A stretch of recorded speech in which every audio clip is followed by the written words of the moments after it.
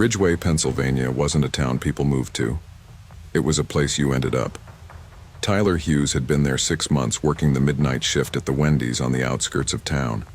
It wasn't glamorous, but it paid just enough to keep him afloat while he figured out his next move. He'd left college after 2 years, disillusioned and drowning in debt.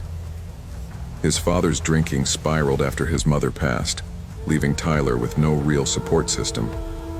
Ridgeway felt like an escape, but it was quickly turning into another dead end.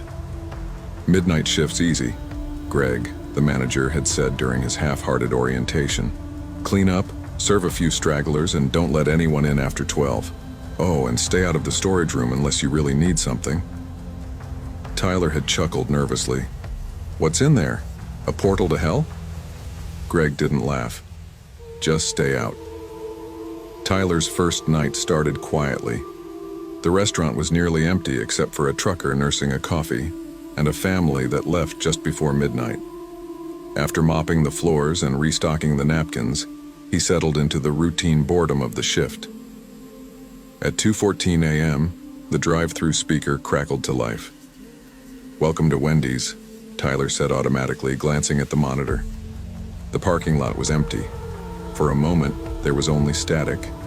Then faintly, "Help me." Tyler frowned. "Hello? Are you okay?" The static intensified, and then the line went dead. He stared at the monitor, half expecting to see someone there, but it showed only the empty lot bathed in dim yellow light. Shrugging it off as a prank, he turned back to cleaning.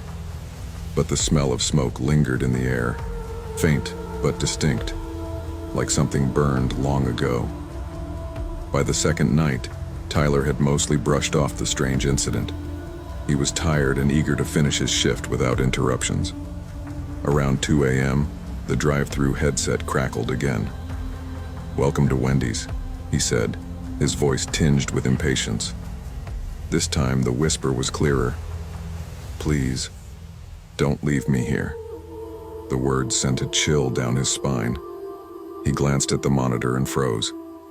A figure stood near the dumpster, barely visible in the shadows. It was a little girl with tangled red hair and a white dress. Heart pounding, Tyler grabbed a flashlight and stepped outside. The cool night air hit him, carrying the faint smell of smoke again. He approached the dumpster, but the girl was gone. The only sign she'd been there was a trail of wet footprints leading to the back door. Inside, the air felt colder than before. He checked the security footage, rewinding to the moment he'd seen the girl. On the screen, she stared directly into the camera. The next day, Tyler couldn't shake the image of the girl. He decided to visit the Ridgeway Library, hoping to distract himself with some research on the area. An elderly librarian greeted him warmly. "Looking for something specific?" "Just curious about local history," Tyler said, trying to sound casual. "Anything about this area, maybe businesses that used to be around?" The librarian's face darkened. "You mean the old Ridgeway diner?" She led him to the archives, where she pulled out a stack of yellowed newspaper clippings. The headlines told a grim story. "Tragedy strikes Ridgeway Diner, 3 dead in devastating fire. Mother and daughter among victims of 1985. Blaze." The articles described how a fire had consumed the Ridgeway Diner, which once stood where the Wendy's now operated. The fire was caused by a faulty fryer trapping 3 people inside: a cook, a young mother, and her 8-year-old daughter, Wendy. Witnesses reported hearing the girl screaming from the freezer, but the flames were too intense to save her. Tyler's stomach churned as he read the details. The fire occurred in the early hours of the morning, around 2 a.m. By his third night, Tyler was on edge. He kept glancing at the security cameras, half expecting to see the girl again. At 2:30 a.m., the fryers turned on by themselves, their bubbling hiss breaking the silence. The smell of grease filled the air, followed by something more acrid, burning. Then he heard it. Footsteps. Soft, wet footsteps echoed across the tile floor. He followed the sound to the storage room, his hand trembling as he reached for the door handle. Inside, frost coated the walls despite the freezer being off. In the far corner stood the girl, her red hair damp, her dress charred at the edges. "Why didn't you save me?" she whispered, her voice trembling. Tyler stumbled back, slamming the door shut. When he looked again, the frost had melted and the room was empty. The next morning, Tyler confronted Greg. "What the hell is going on here?" Greg sighed, rubbing his temples. "You've seen her, haven't you?" Tyler nodded, his throat dry. Greg lit a cigarette, his hands shaking. "I used to work at the Ridgeway Diner. I was the last one out that night. I thought the freezer was empty, so I locked it and left. I didn't know." "She's haunting this place because of you?" Tyler demanded. Greg shook his head. "Not just me. Anyone who works here. She doesn't want help. She wants revenge." On his fourth night, Tyler decided to confront Wendy. He couldn't keep running. At 3 a.m., the lights flickered and the back door slammed open. The smell of smoke was overwhelming now, and frost crept along the floor. The freezer door stood ajar, a soft light glowing from within. Tyler stepped inside, the cold biting into his skin. The room shifted around him. He was no longer in Wendy's, but in the Ridgeway Diner, engulfed in flames. Wendy stood before him, her eyes hollow, her voice echoing. "Why didn't you save me?" Tyler's breath caught. "I'm sorry," he whispered. "I'll help you." He reached for her hand, and the flames roared around them. Tyler was found unconscious in the parking lot the next morning. The Wendy's was shut down, and rumors spread about the haunting. Months later, a new restaurant opened in town. On its first night, an employee found a Polaroid pinned to the wall, a blurry photo of a red-haired girl staring into the camera. Tyler had made up his mind. Tonight he would face whatever was haunting the restaurant. He wasn't running anymore. If there was any meaning to this story, he would understand it tonight. Around 3 a.m., the back door creaked open, and a cold draft filled the air.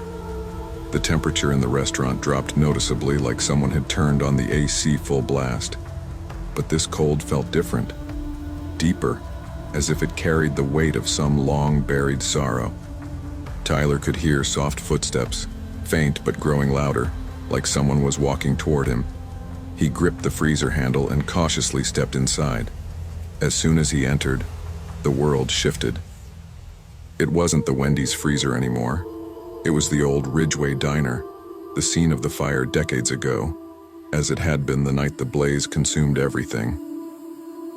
Wendy was standing there, her eyes, though burned and hollowed, fixed on him with an intensity that made his breath catch. She didn't say a word.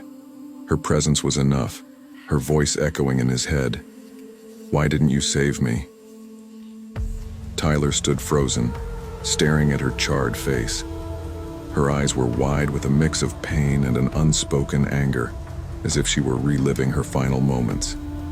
The restaurant around them flickered between the present and the past, the fire raging, trapping her and her mother in the freezer. Tyler stepped forward, his voice trembling. "I couldn't save you. I'm sorry. I understand now." Wendy's hand slowly reached out toward him, and she moved closer. "How could you understand? You never even saw me." Tyler's heart pounded. In that moment, it wasn't just her ghost. He was standing in the midst of her tragedy. This was her pain, and now he had to carry it too. She extended her hand toward him, and in a surreal instant, the flames roared again, and everything went black. When Tyler regained consciousness, he was lying outside the restaurant, the cold night air biting into his skin. He felt as though he had just escaped from a nightmare, but something was different. There was a sense of calm inside him, like the burden that had haunted him was now gone. The next morning, the police came to inspect the site. They found nothing. No signs of fire, no trace of Wendy, just the usual remnants of an abandoned building. But on one of the walls there was an old photograph, a blurry image of a young girl with red hair, staring directly at the camera. The picture had been pinned to the wall in the storage room, hidden from view. The town went quiet after that. No one dared to take another shift at the restaurant. The story of the haunting spread, and the location was soon abandoned. After that night, no one ever worked at Wendy's again.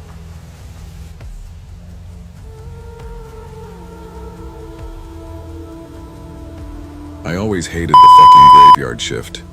It wasn't just the hours or the garbage food or the fact that the people I worked with were all barely getting by, scraping the bottom of the barrel, struggling to survive. It was the loneliness, that quiet, suffocating feeling that wraps around you and doesn't let go.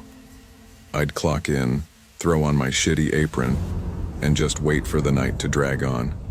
In a godforsaken Wendy's like this, you didn't expect much. Just the same tired faces, drunk college kids stammering their orders, the locals who never seemed to leave, and the old-timers who came only for the free refills. But that night, it felt different. I could feel something crawling under my skin, a gnawing feeling I couldn't shake. Maybe it was because my mind kept drifting back to the conversation I had with Lisa earlier. She wanted me to come over, said we could fix things, but I couldn't. Not after what happened last month. Not after I lost my fucking job at the auto shop and ended up here. It was like I was drowning in quicksand, and this shit job was the only thing keeping me from sinking deeper. Anyway, I was trying to push her voice out of my head when she walked in. She wasn't like the others. At first glance, she seemed just like any other tired soul looking for a warm meal. But something about her felt wrong.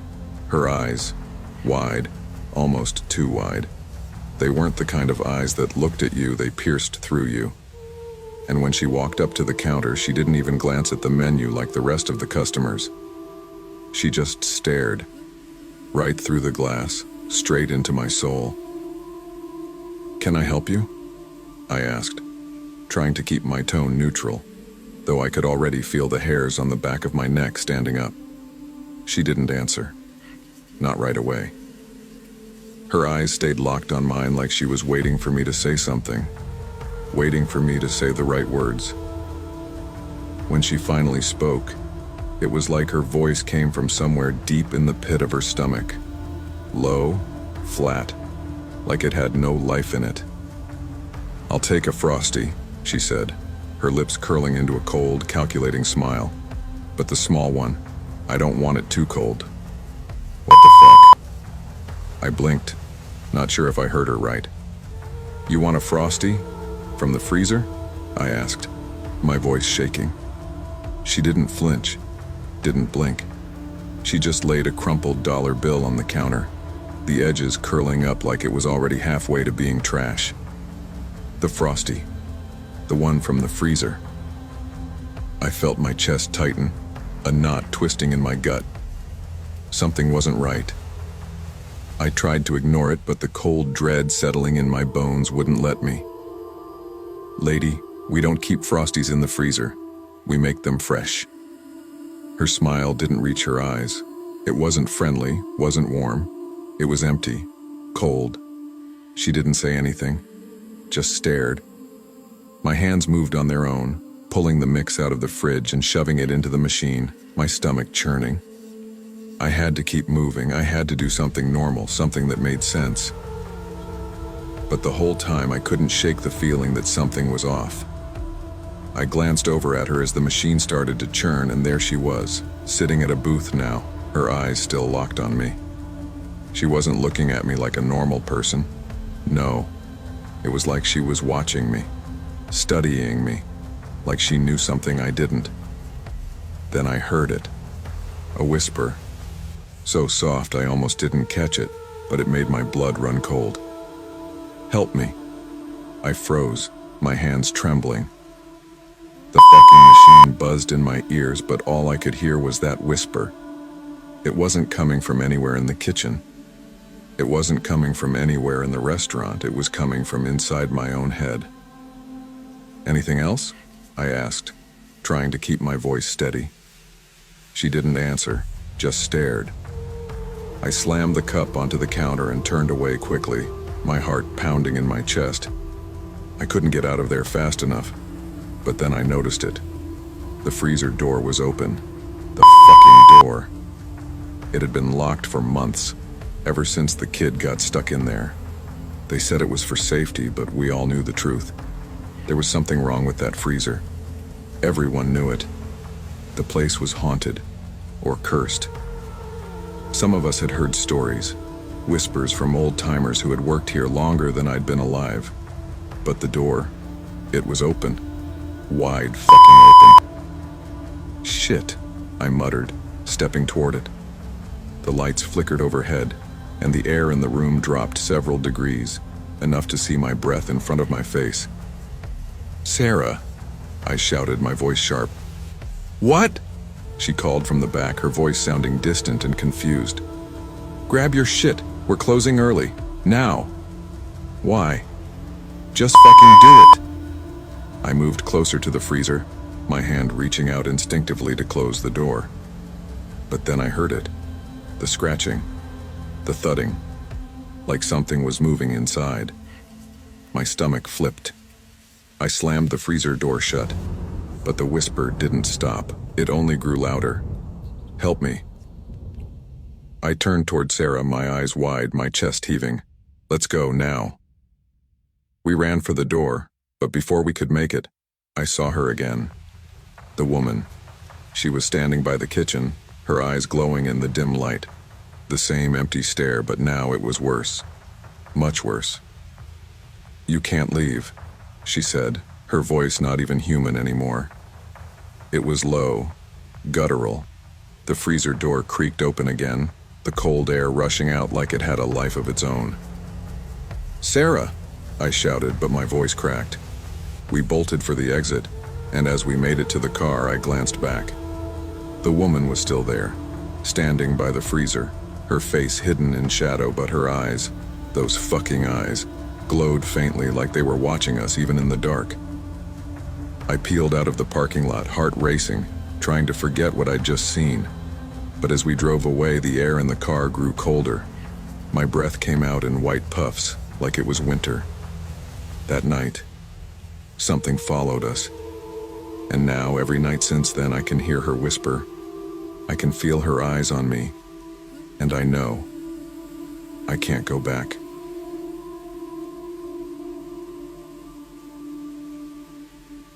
Mike didn't mind working at Wendy's, but the night shift always felt strange.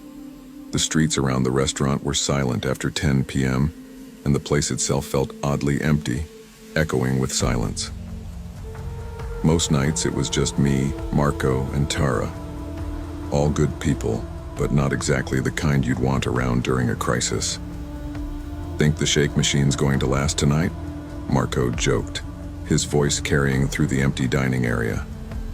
He was tall, stocky, and always had a sarcastic remark ready. "I wouldn't bet on it," Tara muttered, tying her apron. "Last week it sounded like it was about to explode. Corporate better replace it soon before it takes one of us down." I chuckled, wiping down the counter. "If we're lucky, the fryer will go next. It hissed at me earlier." Tara rolled her eyes. "Everything in here is falling apart. Maybe if they paid us more than minimum wage, they'd fix things faster." Marco leaned against the counter. "You know, I'm convinced this place is cursed." "Don't start," Tara warned. "I'm serious. Back in '96, a guy got locked in the freezer overnight. They didn't find him until the next morning." "Let me guess," I said with a smirk. "Now his ghost haunts the place waiting for fresh fries and a Frosty?"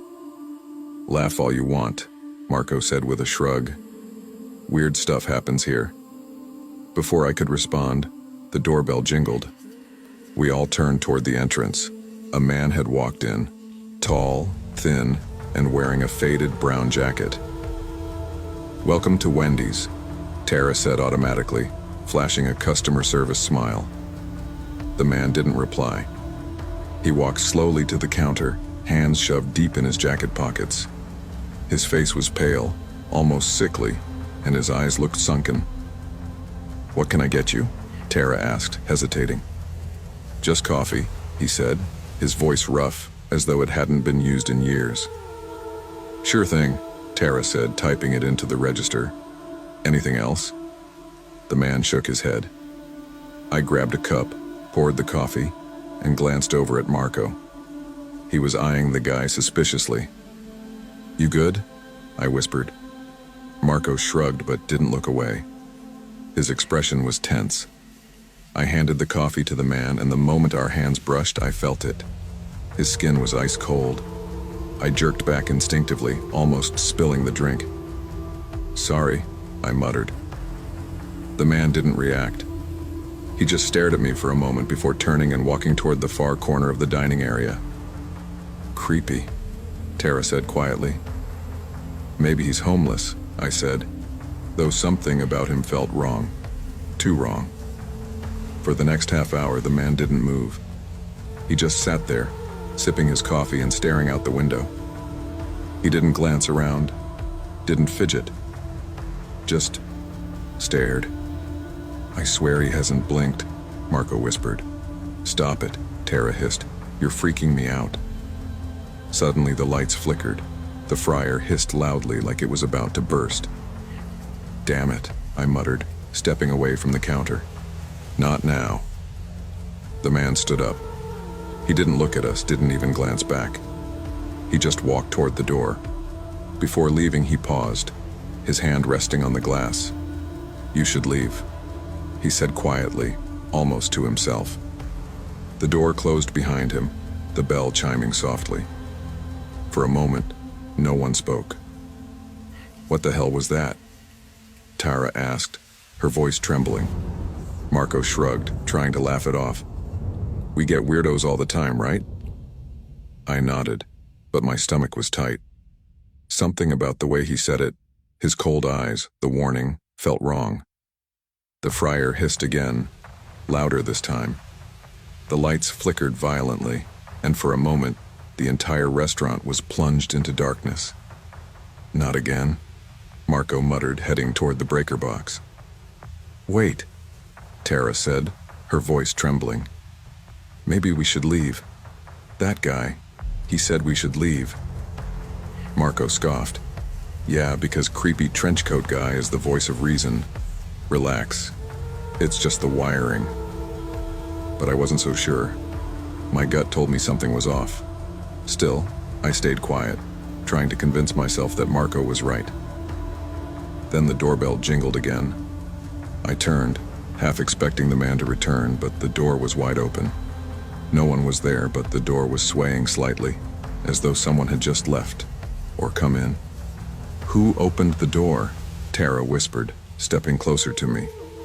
"Must be the wind," Marco said, but his voice didn't sound as certain as usual.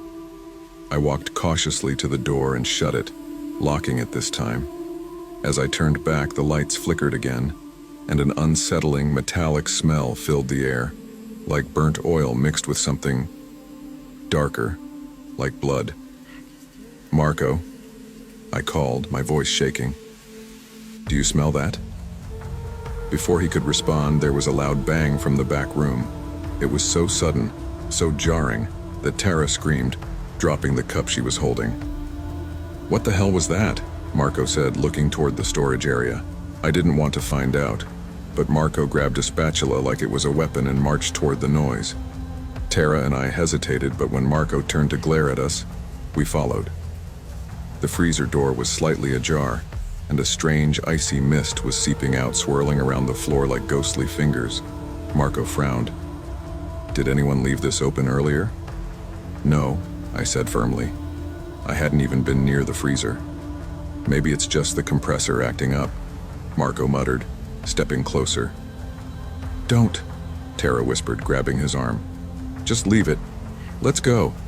The guy was crazy," Marco snapped, shaking her off. He grabbed the freezer handle and yanked the door open. The mist poured out, swirling around us. Inside, we saw only frost-covered shelves. Then Marco gasped, stumbling back. "What is it?" I asked, stepping forward. Inside the freezer, there was a single brown jacket, the same one the man had worn, but there was no sign of him. The air inside was impossibly cold, far colder than it should have been. The jacket looked like it had been there for years. Tara grabbed my arm. "We're leaving. Now." This time I didn't argue. "Marco, let's go." He didn't move. His eyes were fixed on the freezer, his breath shallow. "Marco," I shouted, pulling him back. He blinked, shaking his head like he was waking from a trance. Yeah, okay." We ran out of the restaurant, locking the doors behind us. We didn't speak as we got into our cars and drove away. The next day, I quit. Marco and Tara both followed soon after. None of us ever spoke about that night again. But I couldn't shake the man's warning. "You should leave." Sometimes life gives us signs we don't understand until it's too late. That night I learned a simple truth. When something feels wrong, trust your instincts. Staying could cost you more than a paycheck.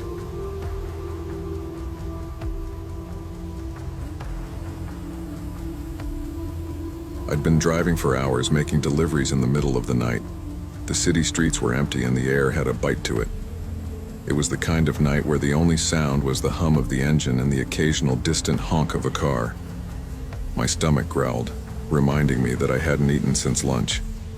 I glanced at the clock. It was almost 1 a.m. Wendy's drive-thru was still open, and I was starving. A quick stop, then back on the road. Pulling into the parking lot, I noticed how quiet everything was. The lights above the drive-thru window flickered a little, and the place looked like it was stuck in a time loop, like no one had been there for hours. But it didn't matter.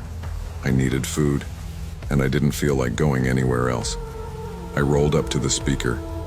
"Welcome to Wendy's. How can I help you?" The voice came through flat and tired. I ordered my usual double cheeseburger, fries, and a Coke, and pulled up to the window. The worker inside didn't look much better. He was in his late 20s, wearing the typical red Wendy's shirt, but his face looked pale. Too pale. His eyes were wide. Too wide. Like he hadn't slept in days. He handed me the bag without saying a word. Just slid it through the window and looked at me. That wasn't odd, not at first. But there was something about the way his hand trembled just slightly as he passed me the food. The way his eyes didn't blink. You good, man?" I asked, trying to make light of it, but my voice came out more tense than I intended. He didn't answer right away, just stared at me, like I wasn't there. It made me uncomfortable, but I shrugged it off.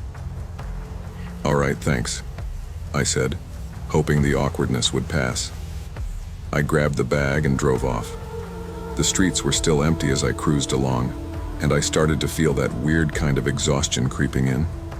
It had been a long day and my brain felt like it was on autopilot, but as I turned a corner, something made the hairs on the back of my neck stand up. I glanced in the rearview mirror. The worker from Wendy's was walking down the street. Fast, almost too fast. It wasn't that weird at first. Maybe he was just getting off his shift. But the more I looked, the more I realized he was walking directly behind me. Not on the sidewalk, but on the street, like he was following me. I shook my head, telling myself I was imagining things. I pushed the gas pedal a little harder, trying to shake the feeling. But as I turned another corner, I saw him again. Closer this time.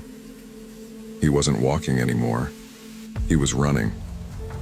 What the hell? I muttered to myself. I slammed my foot on the gas, but my heart was pounding in my chest. My hands started to shake as I turned the wheel tighter, desperate to lose him. But the more I looked, the closer he got. I hit the brakes and pulled over at a random gas station, trying to calm myself down. I checked my phone. Nothing. I opened the bag to grab the burger, hoping that would help me focus. But when I pulled out the fries, something caught my eye. There was something inside the bag, pressed against the fries. A small, shiny object. My breath caught in my throat as I picked it up. It was a knife. A small pocket knife with a dark stain on the blade. My stomach dropped.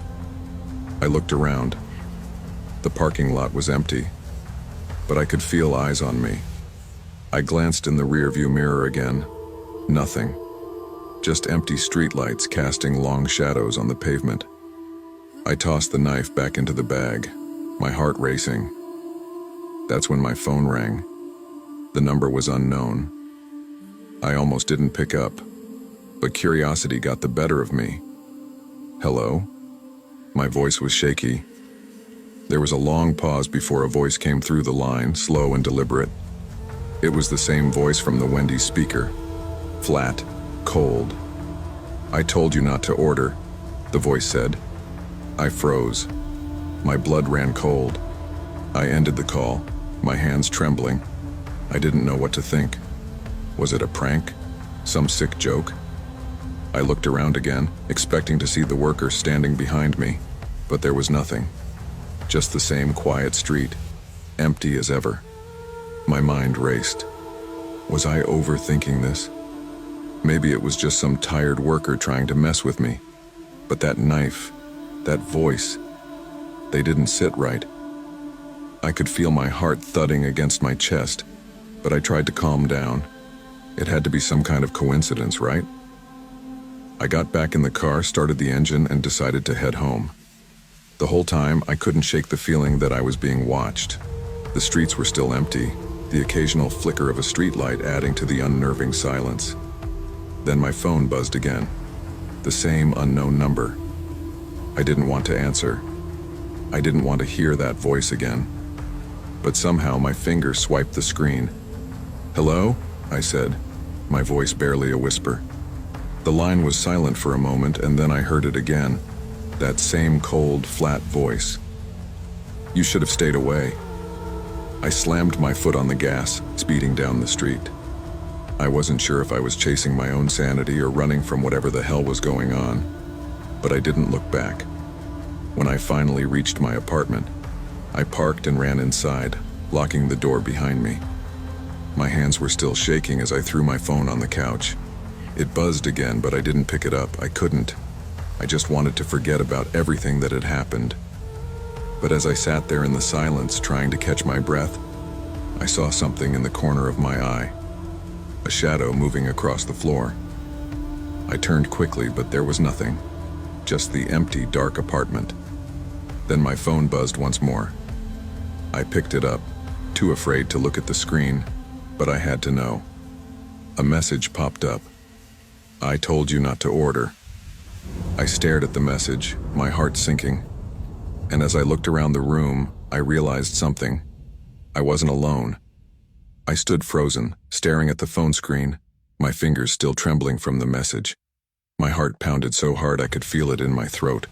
I glanced around the apartment again, half expecting someone to jump out of the shadows, but the place was still empty, the silence deafening. "I told you not to order." The words echoed in my mind as I tried to calm myself down. It was just a prank, I told myself. Maybe it was some sick joke from the guy at Wendy's, but I couldn't shake the feeling that something was horribly wrong. That knife in the bag, the way he had handed me the food. It didn't make sense. I walked over to the window, pulling back the blinds slightly to peek outside. The street was still quiet, the same empty stretch of road I had driven down earlier. But as I looked closer, my breath caught in my throat. There, standing across the street, was the worker from Wendy's. He wasn't moving, just standing there, staring directly at my window, his face pale and lifeless under the streetlights. I felt a chill run down my spine, and I instinctively stepped back from the window, heart racing. My mind was spinning, trying to make sense of it all. How had he followed me? Why was he still there? I backed away from the window, pacing around the room. My phone buzzed again, but this time I couldn't bring myself to answer. I was too scared, too paranoid. The room felt smaller now, the walls closing in. I felt like I was suffocating in my own apartment. Then the knocking started. It was light at first, barely noticeable, but it grew louder. A slow, rhythmic tap on my door. My pulse spiked. I looked at the door, my breath shallow. I wanted to ignore it, pretend it wasn't happening, but the knocking didn't stop. It was deliberate. It was like someone was testing my resolve, seeing how far they could push me before I cracked. I grabbed my phone and dialed 911. I didn't care if I sounded crazy. I needed help. The operator answered on the first ring. 911, what's your emergency? I'm being followed. I think someone's outside my apartment, I said, my voice shaking. There's someone standing across the street and knocking on my door.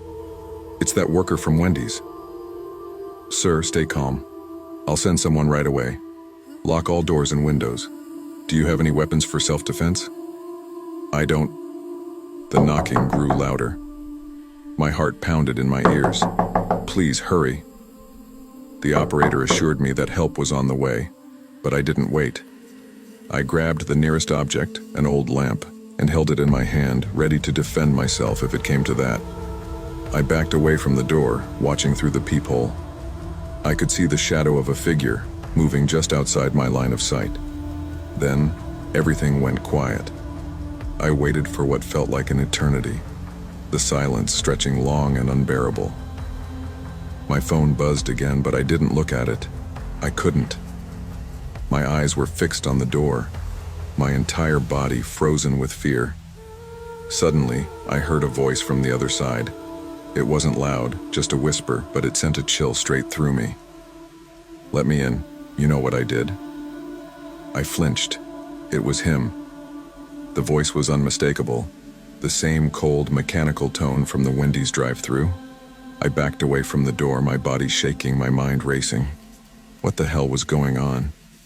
I heard the sound of footsteps retreating, and for a moment I thought maybe he was leaving. Maybe it was over. But then I heard something that made my blood run cold. A scratching noise. The unmistakable sound of metal scraping against metal. I rushed to the window again, peering out from behind the blinds. There he was, standing by my car. His face still pale, his eyes still wide and unblinking. But now he was holding something shiny, a set of keys. My car keys. It hit me like a punch to the gut. He had my keys. I grabbed my jacket and rushed out the door, adrenaline pumping through my veins. I had to stop him, had to get those keys back. I couldn't let him take my car.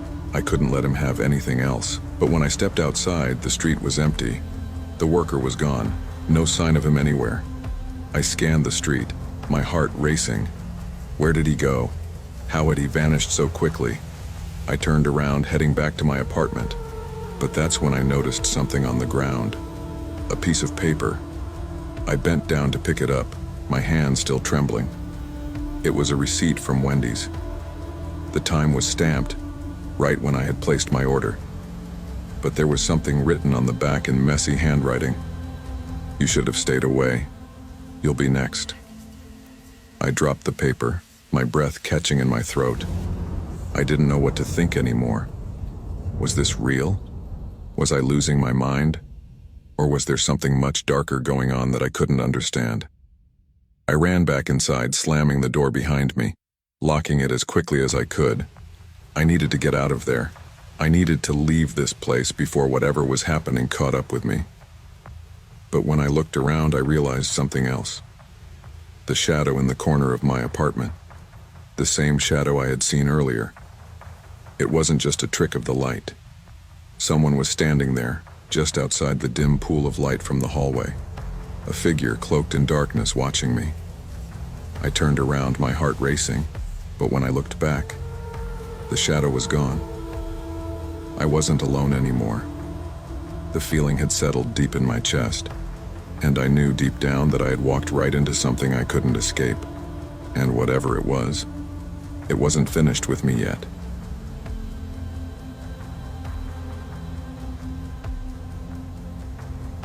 It was a grim, humid night in the heart of New York City, far from the neon glitz of Times Square.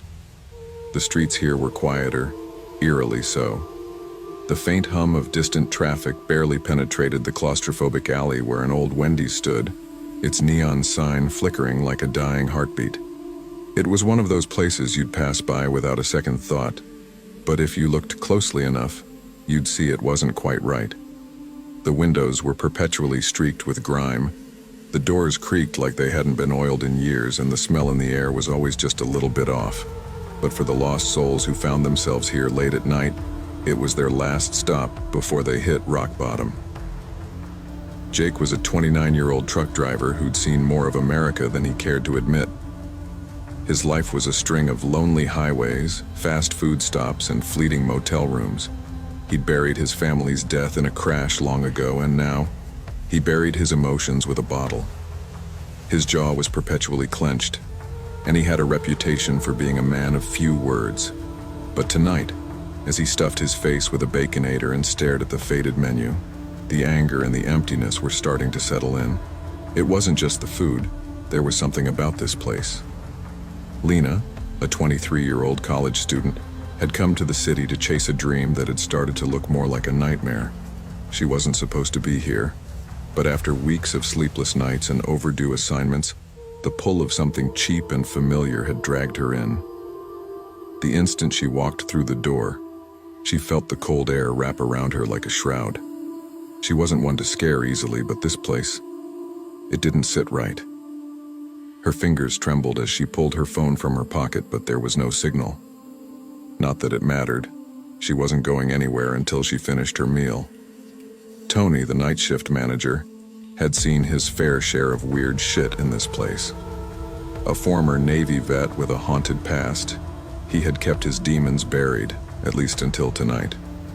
A few weeks ago, one of his workers had disappeared without a trace. No one talked about it. No one asked questions. But Tony couldn't shake the feeling that something was off, especially tonight. And then there was Sarah. She was always here at night, an old woman homeless with a look that could freeze you in your tracks.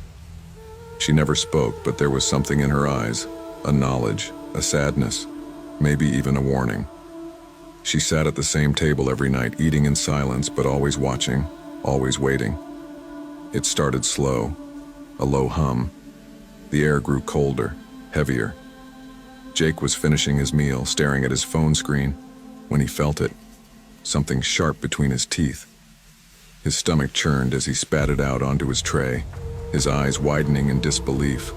What the fuck is this shit? He pushed the remains of his Baconator aside, his face contorted in disgust. Glass. A jagged piece of broken glass embedded in the meat. He slammed it down on the table, his knuckles white. Tony, who had been wiping down the counter, came over, concern painted on his face. Is everything okay? Jake's eyes narrowed. Glass in my fucking burger. What the hell is going on here? Tony's expression flickered. He looked like he was about to say something, but before he could speak, the lights above them flickered once, then twice, and then nothing. The entire place plunged into darkness. Lena's pulse quickened. She stood clutching her phone tightly as the temperature in the room dropped to a bone-chilling cold. Her breath came out in white puffs as she looked around. It wasn't just the lights. Something was wrong. Sarah stood up from her usual corner table, her movements slow but deliberate. She turned to face the others, her eyes wide and wild. You need to leave, Sarah muttered, her voice trembling. All of you, before it's too late. Tony shot her a puzzled look, stepping closer to Jake. What's she talking about? Before anyone could answer, the sound of a heavy object crashing echoed from the kitchen. It wasn't just a dish, it was something bigger, more violent. Jake instinctively reached for the door, but it slammed shut in front of him. We're not leaving. Tony's voice was rough. His hand gripped the counter, knuckles white. Get back now. Lena's eyes darted around the room. The kitchen door swung open with a squeal, revealing nothing but pitch-black shadows. Then, from the dark, someone, emerged. A figure, tall, thin, almost skeletal, its pale skin stretched too tight across its face, its eyes glowing with a faint, sickly light. It moved with a predatory grace, its hands long and clawed. It didn't speak. It just watched, like it was savoring their fear. What the fuck is that? Jake hissed under his breath, backing up into the corner. But before anyone could react, the thing, whatever it was, lunged. Its movements were fast, unnatural. Tony grabbed Jake's arm and yanked him towards the door. We need to go, now! They turned to run, but the exit was gone. The door had vanished, replaced by a solid brick wall. The walls were closing in. There was nowhere to go. "We're trapped," Tony spat. "Fucking trapped." Lena's breathing was shallow, her heart pounding against her chest as she backed into the corner, watching the figure in the darkness. "Tony!" she screamed, her voice raw. "We need to get out." But just as Tony turned, his eyes widened in shock. The figure wasn't a person. It was the twisted corpse of an employee from months ago. Tony recognized the face, but it was worse than he'd imagined. This was the spirit of the worker who had disappeared, his body mutilated in some unspeakable way. His spirit, hungry for more, had been tied to the cursed building.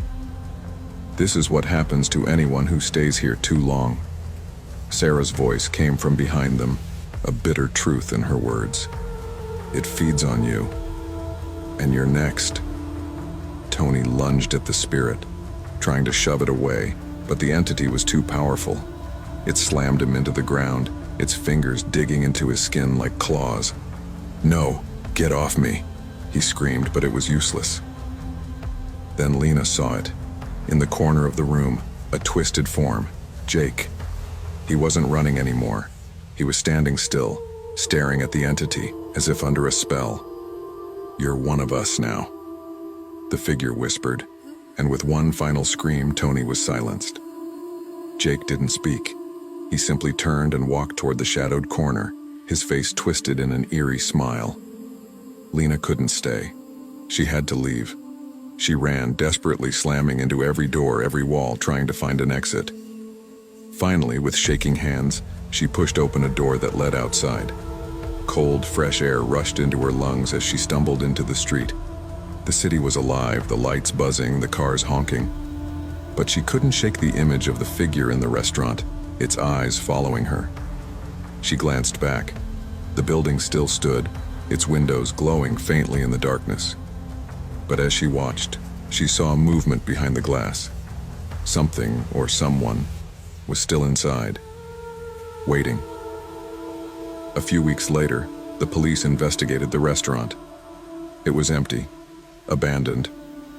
But strange things were still found. Burnt clothes, half-eaten food, and a faint smell of rot that lingered for days. The building was sealed off, but every so often at night, people reported seeing a shadowy figure in the window. And on the coldest nights, you could hear a whisper on the wind, a faint voice calling, "You can't escape me." Lena's breath came in shallow gasps as she stumbled into the cold New York night. The faint glow of streetlights barely penetrated the thick darkness behind her.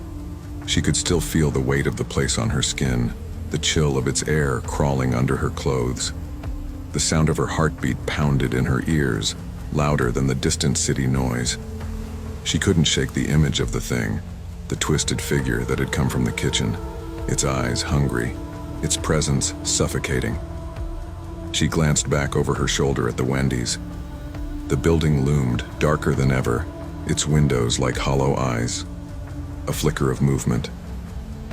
Numbers she couldn't be sure, but something, or someone, was watching her. Her legs moved before her brain could catch up, carrying her down the street, away from that nightmare. But as she walked, a gnawing feeling settled in the pit of her stomach. The world around her seemed too bright, too alive. The laughter, the honking horns, the hum of the city, it all felt wrong, like she didn't belong here anymore. Lena stopped in her tracks, staring ahead at a glowing convenience store sign. A cold sweat ran down her spine as she fumbled for her phone. She needed to call someone, anyone, but the screen was black. It was dead, just like her connection to the world she once knew. The whisper came again, soft but unmistakable. "You can't escape me." She whipped around, expecting to see someone, but the street was empty, the night eerily silent. Her pulse raced as she took a step back. The air felt heavy, oppressive. A chill ran down her spine when she felt it, the unmistakable sensation of eyes on her. She turned, expecting to see someone there, but there was only the darkened outline of the Wendy's in the distance.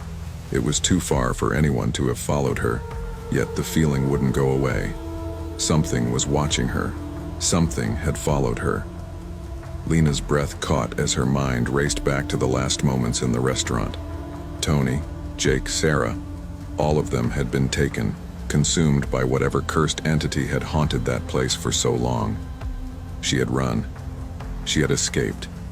But now, the fear settled deeper. What if it had never really left her?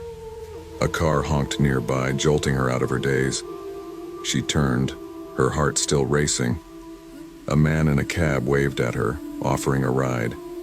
But before she could even consider it, she saw the reflection in the window. Her own face, pale, wide-eyed, filled with terror. But there was something else. Behind her, standing in the reflection of the cab's window, was the shadowy figure. It was standing there, watching her, eyes glowing faintly in the glass. It hadn't left. It had followed her into the city. Lena's chest tightened. She had escaped the building, but the nightmare had never left. It had simply waited.